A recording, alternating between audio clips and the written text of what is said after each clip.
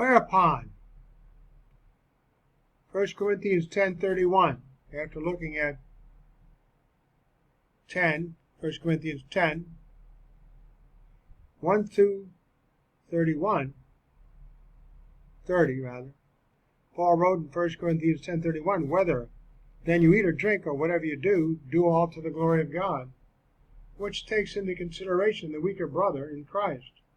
Hence, in 1 Corinthians 10:32 to 33, Paul admonishes believers to give no offense either to Jews or to Greeks or to the church of God. Just as I also please all men in all things, not seeking my own profit, but the profit of the many, so that they may be saved. Believers and unbelievers. Agape love to be expressed to all. So believers are admonished in 1 Corinthians 10:32 to 33 to give no offense either to Jews or to Greeks or to the church of God.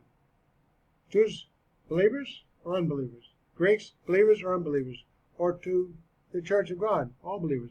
But follow the example of Paul and not seek one's own profit at the disregard of others, but instead seek the profit of the many, so that they may have an opportunity to be saved. So, at the end of this chapter, Paul summarizes the purpose of believers relative to those of the church of God and non-believers as well, be they Jew or Gentile.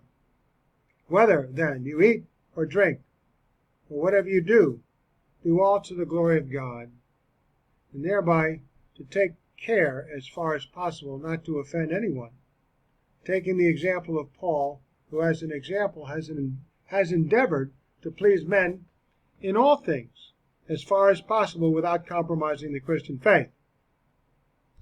That's a given. Thereby not seeking his own profit, advantage, but to seek the profit, the gain, the advantage of the many. I'm not talking about money, I'm talking about spiritual advantage, of temporal advantage, in the sense of what is fair and right. So seek the profit of the many, so that they, the unbelievers, may have an opportunity to be saved, and the believers as well an opportunity to grow in the faith without hindrance. Expositor's Bible on this. These verses, 31 to 33, introduce a positive and more ultimate perspective. It is not just the other brother who should be in view, but God the Creator and Giver of all things. Therefore, the therefore on, rendered so, relates this ultimate concept to one's attitude toward the weak brother. The glory of God must be the Christian's objective in everything. But God says that doing all for the glory of God means thinking of the good of others, but both Christians and non-Christians. The mention of Jews and Greeks may refer to the unsaved groups talked about in 1 Corinthians chapter 1. But the church of God, Paul means, by the church of God, Paul means to include the brother with the weak conscience and all believers. So we find encompassed by these verses the two great commandments. Love God and love your neighbor. Paul seeks to benefit others, not himself.